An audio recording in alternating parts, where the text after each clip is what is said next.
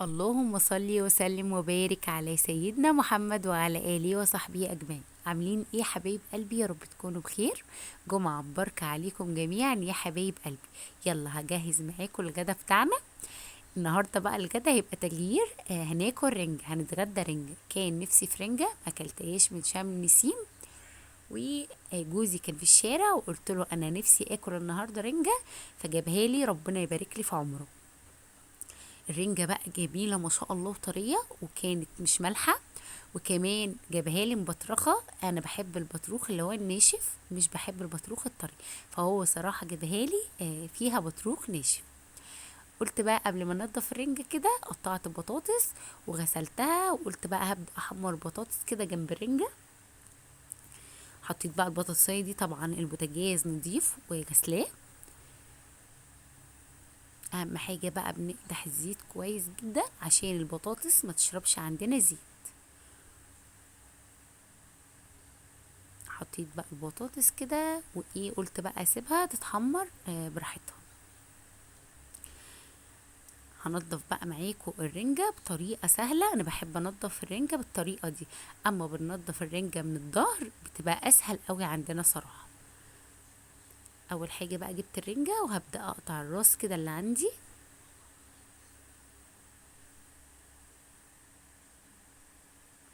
وبعد كده هقطع الحتة اللي عندي الديل دي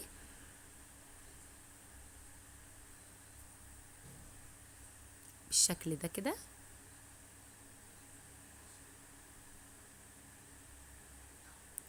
بعد كده بقى هبدأ افتحها من الظهر.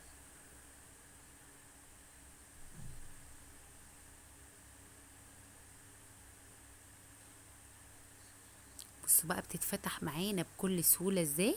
بنبدأ بقى نشيل السلسلة دي، وده بقى البطروخ. بصوا البطروخ ناشف وحلو قوي، بطروخ مرمل. هبدأ بقى اشيل اي حاجة كده حواليه. بس بقى بوريكم البطروخ ناشف. بنضف كده اي حاجة عندي وبحطها في الطبق. قبل ما احطها في الطبق بقى دقت حتة كده، طعمها صراحة ما شاء الله تحفة. الحتة بقى اللي في النص دي بنبدأ نشيلها، لان اصلا مبقاش فيها لحمة خالص. انا بشيل الحتة دي صراحة، مش بخليها. صراحة بقى في الاكل كمان بتبقى سهلة قوي للي بياكل. بالشكل ده كده هبدأ بقى ايه اشيل اي شوك كده في الجنب. برضو هبدأ اشيل الحتة التانية دي. ممكن بقى تخلوها خالص، تقشروها اصل القشر اللي عليها ده. بس هي صراحة ما شاء الله اللي كان بياكل اللحم بيطلع بسرعة معاه. هبدأ بقى اشيل الحاجات دي كده، وهبدأ انضف برضو التانية بنفس الطريقة. بصوا عدلت البطة بتاعتي دي الديسبنسر ده كان اتقلب مني فعدلته تاني. برضو شلت الحتة دي كده.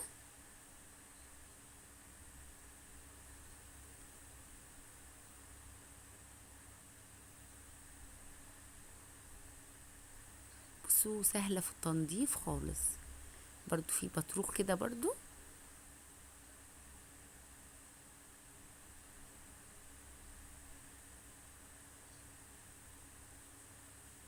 هبدأ برضو انضفها بنفس الطريقة.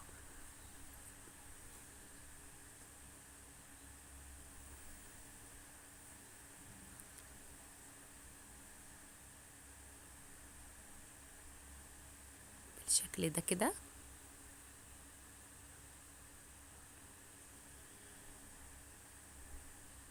شلت برضو السلسلة التانية كده.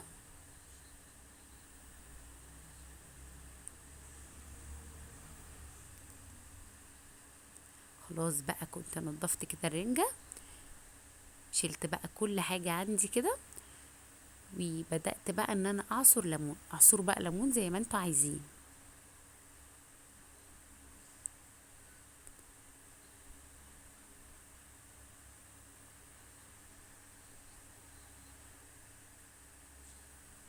عصرت بقى الليمون كده اللي عندي خلاص.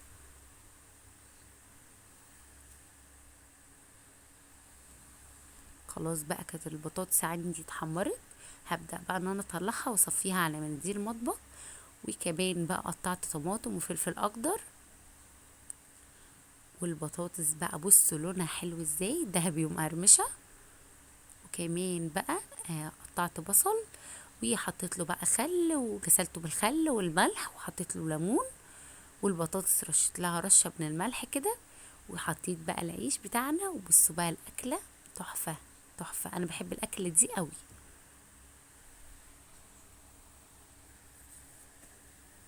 اهم حاجه بقى ما تنسوش تصلوا على النبي عليه افضل الصلاه والسلام. بصوا بقى منظر الاكل حلو ازاي. اتفضلوا معانا. بعد كده بقى بعد ما خلصنا الاكله الحلوه دي عملت بقى كوبايتين شاي بالنعناع. لازم بعد الاكله دي كوبايتين شاي بالنعناع. وبس كده يا حبايبي اكون وصلت معاكم لنهايه الفيديو. اهم حاجه بقى لو عجبكم الفيديو ياريت تشتركوا في القناه وتفعلوا زر الجرس عشان يوصلكوا كل جديد. وياريت ما تنسونيش بدعوه حلوه من قلبكم.